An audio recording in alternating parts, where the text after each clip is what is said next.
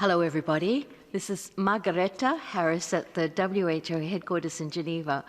Welcome to our COVID-19 press briefing today, this Monday, July 27.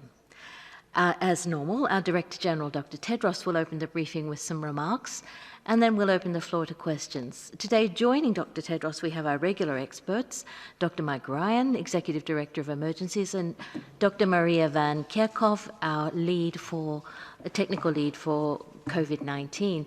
But we also have with us today Dr. Mariangelo Simao, our Assistant Director General, Access to Medicines and Health Products, and also Dr. Meg Doherty, Director of our Global HIV, Hepatitis and Sexually Transmitted Infections Program. As usual, we'll be providing simultaneous translation in all 6 languages, 6 UN languages, plus Portuguese. And it will be coming to you across all our social media platforms. And now, without further ado, I will hand over to Dr. Tedros. Dr. Tedros, you have the floor. Thank you. Thank you, Margaret. I think you have already accepted my name then. Thank you. Good morning, good afternoon, and good evening.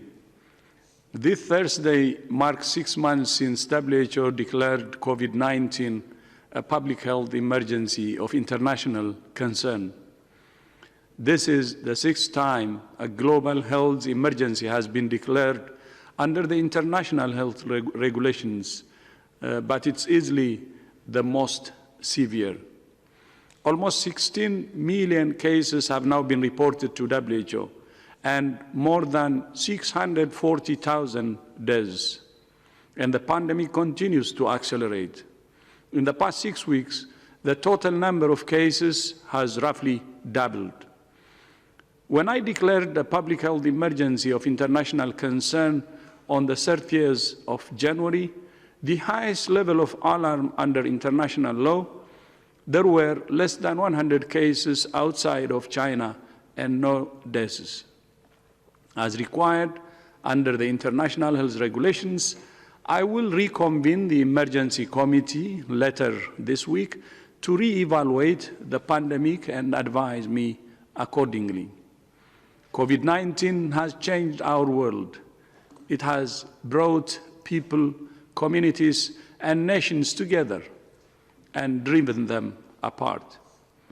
It has shown what humans are capable of, both positively and negatively. We have learned an enormous amount, and we're still learning. But although our world has changed, the fundamental pillars of the response have not. Political leadership and informing, engaging, and listening to communities. And nor have the basic measures needed to suppress transmission and save lives. Find, isolate, test, and care for cases, and trace and quarantine their contacts. Keep your distance from others, clean your hands, avoid crowded and enclosed areas, and wear a mask where recommended.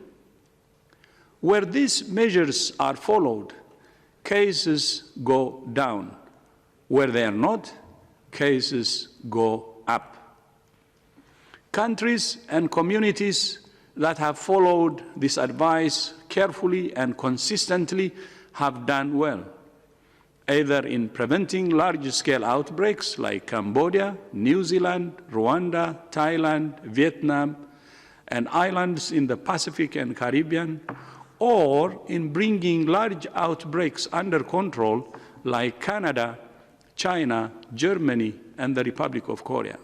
These are just a few examples, but there are many more that could have been listed. The bottom line is that one of the most fundamental ingredients for stopping this virus is determination and the willingness to make hard choices to keep ourselves and each other safe. Over the past 6 months, WHO worked tirelessly to support countries to prepare for and respond to this virus. I'm immensely proud of our organization, WHO, and its people, incredible people, and their efforts.